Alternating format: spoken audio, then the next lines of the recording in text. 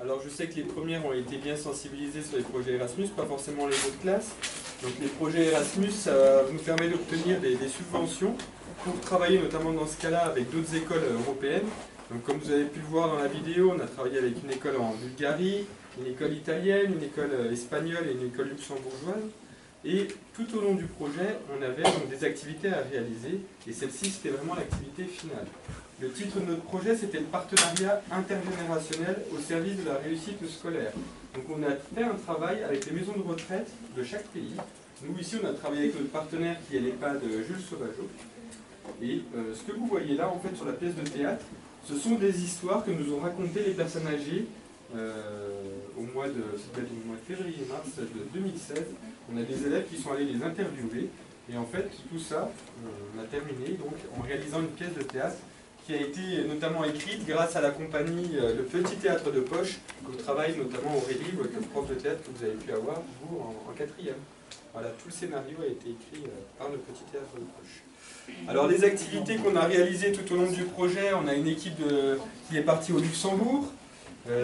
Qui était allé au Luxembourg là d'ailleurs? Voilà, on avait normalement 8. Mais il manque là, il manque Aurore déjà. Ouais. Donc au Luxembourg, qu'est-ce que vous avez fait? Vous en souvenez? Alors on a filmé des gens dans la rue, posé certaines questions. On a fait des interviews? On a appris à servir d'internet des caméras, faire des montages vidéo sur des ordinateurs. Donc des montages vidéo, utilisation de l'ordinateur, des logiciels de montage, etc. Et on va retrouver aussi des belles interviews, des interviews intéressantes.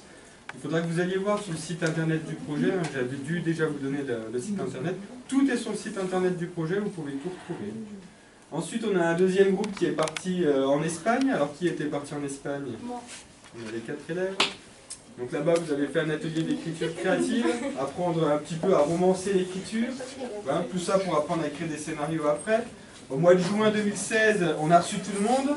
Est-ce que les CAPA, vous étiez là quand on a reçu tout le monde en juin 2016?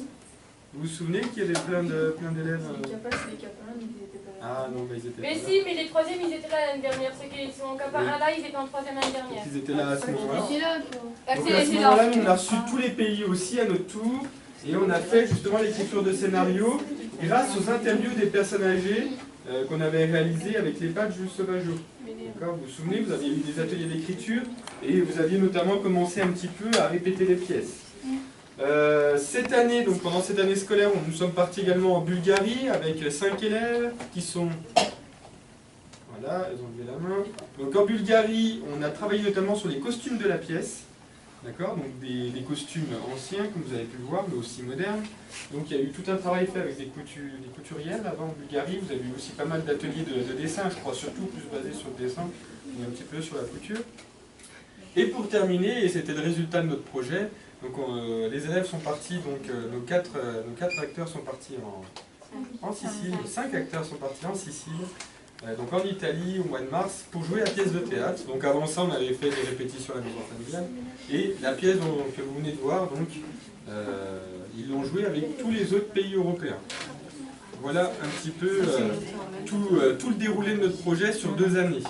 Alors par rapport à ce projet là, tous les élèves qui ont pu y participer vont avoir droit à une remise d'Europass. Les Europass, c'est ce petit document là qui est ici, qui est un document qui valide vos compétences que vous avez développées pendant votre projet Erasmus+.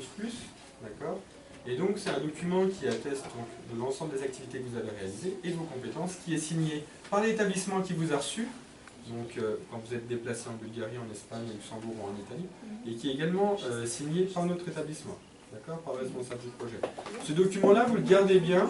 Il fait vraiment preuve que vous avez participé à ce type d'échange-là. Vous le lirez, il y a toutes vos compétences qui ont été mises en évidence.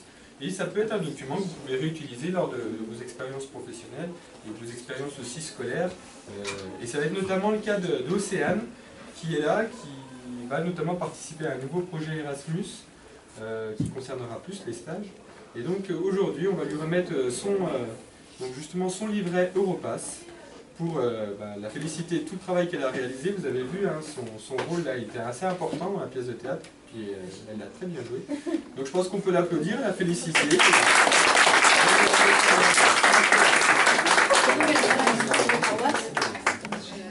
Félicitations. Voilà. Et non, on l'a quand? Vous l'aurez plus tard. Donc merci à tous. Et donc on aura sûrement l'occasion de revoir avec sûrement d'autres élèves, d'autres classes à la rentrée prochaine cette bibliothèque. Allez, bonne soirée. En plus. Tout le monde lui en a voulu du coup, alors que c'est le prof qui a pu faire ça, pas lui. Et lui, il est victime là-dedans.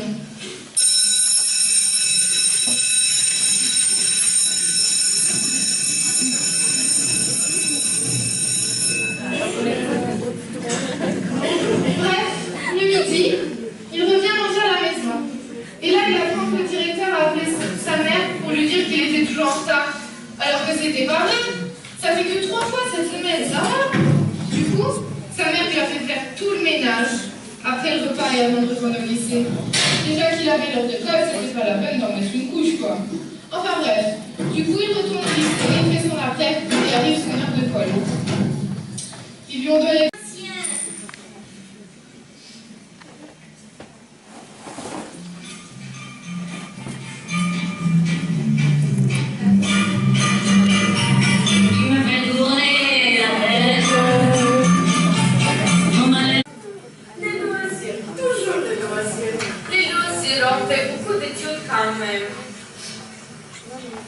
C'est vrai que nous commencions notre travail toujours. Et vous ne savez pas utiliser un téléphone?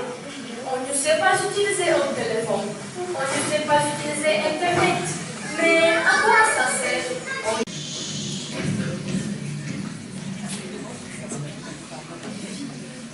Ça va, t'es pas prête encore? T'as eu retard à la soirée? Non, je vais trouver ma tenue, je vais y aller un petit comme vous. Et puis moi, pour la place, t'es bien, faut choisir une et c'est bon, on est parti.